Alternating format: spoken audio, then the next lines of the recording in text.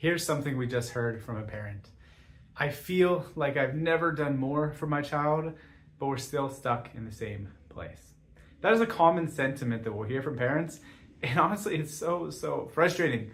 They've been to countless providers. They've done so many different therapies. They've made gut and diet changes. They've done all of the holistic and biomedical stuff, but they're still stuck and struggling. And that's frustrating because you don't know what else to do. You feel like you're spending a lot of time and energy and money and you're still left in the same place and not really getting to the root of these issues. There's good news and bad news in that. The good news is those families are the ones that are so close and so primed to healing, but there is still a missing piece. And usually it comes down to just the sequence or the order of healing. So that's what this video is about. We're gonna talk through what is that missing piece and why is it that the sequence matters so much? And specifically, how is it that by doing less, you can actually accomplish more? So let's walk through it. To understand what I'm talking about with that and the sequence and the order of healing, we've got to understand biology. We've got to understand that basic development. When a baby develops in utero, the very first thing that develops is the nervous system. It's that neural tube, and the brain and the spinal cord is what the starting point is, because that is the boss. That is the operating system of every single part of your body. So development has to start with that central coordination system. The nervous system is everything.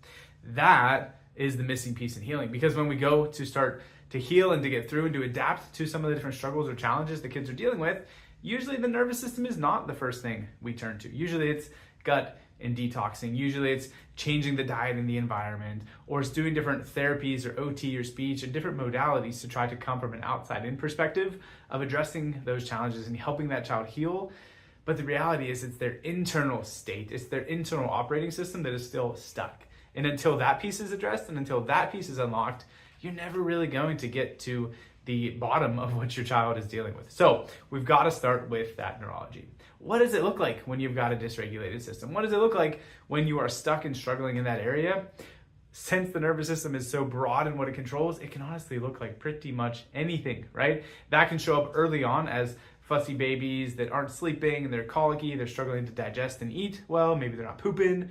Later on in life, it can show up as maybe chronic immune challenges. They're struggling to kick the sick and get through those infections, and they're on antibiotics and other medications.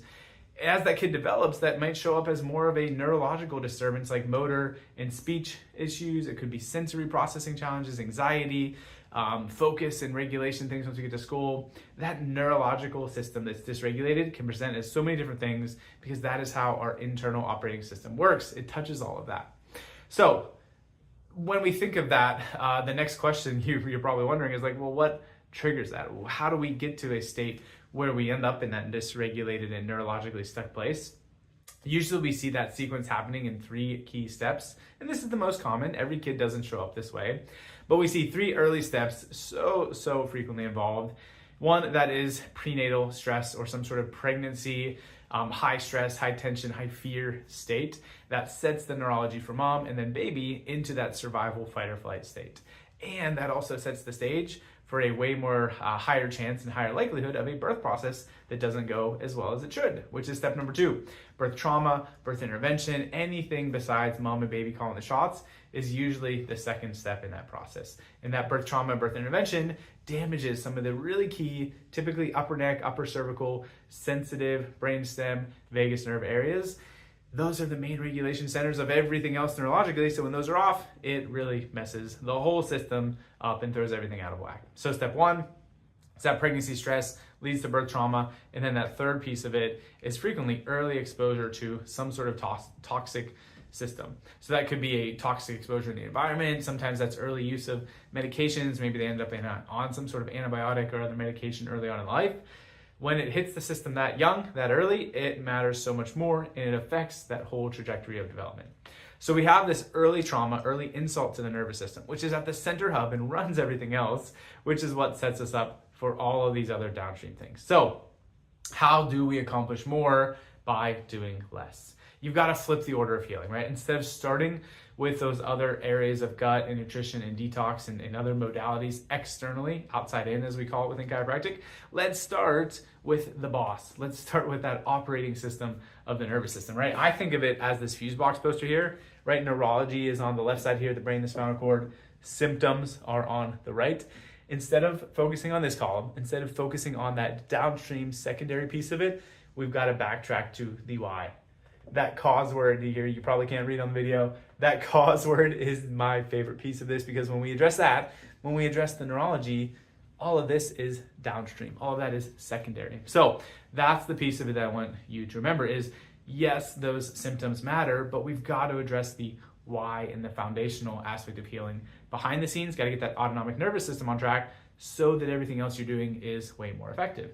And honestly, that's why you see, whether it's autism or anxiety, ADHD, sensory challenges, those later neurodevelopmental struggles for kids, they're so frequently tagged on with, either currently or previously in their history, immune system struggles, chronic gut health issues. They've got those other things with it because it's all part of the same process and it's all part of the same path. So we've got to address the behind the scenes to allow that symptomatic piece to heal. Listen, side note here, all of those things are great, right? Maybe not all, I don't know what you're doing, what you're thinking, but so many of those modalities and therapies are amazing. We love some of our great holistically minded, naturally minded pediatrician partners and therapies and everything else that we have available to us. We've got such an amazing network of those providers, and you need that, and you should utilize those things, but you've got to do it in the right order, right? You've got to do that in the right sequence so that you can actually get to where you want to be. So yes, keep up with that stuff after you unlock that behind the scenes neurology. That's the key, guys. Less is more. The batting order, the sequence is everything. If you're wondering if that is the piece of your child's story that is missing, there's two things that really you can do to look at that. One, you can just think about that symptomatic piece of it, right? Like what I just described. Do they have some of the gut digestive things going on? Do you have maybe those early warning signs in the case history where they had the birth trauma, birth stress, pregnancy issues? Was that a part of the story that has then led to some of the later on autonomic nervous system challenges? And then so that's step one, is look at the symptoms, right? You can do that as a parent and just think through and categorize that yourself and see if you can find that trend that we look for. And then the other way that you can do it is just measure it, right? That is our new patient exam process. Is step one is just dig into that behind the scenes neurology, measure this part, right? Lots of corny jokes like we don't guess, we test, the scans dictate the plans, so many more.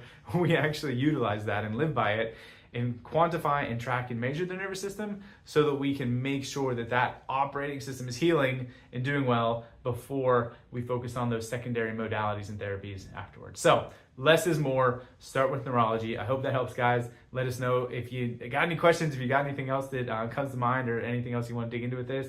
Look at the links that we've got. Our articles this week are great to dig into this topic even more, and I hope to meet you soon and help your family thrive.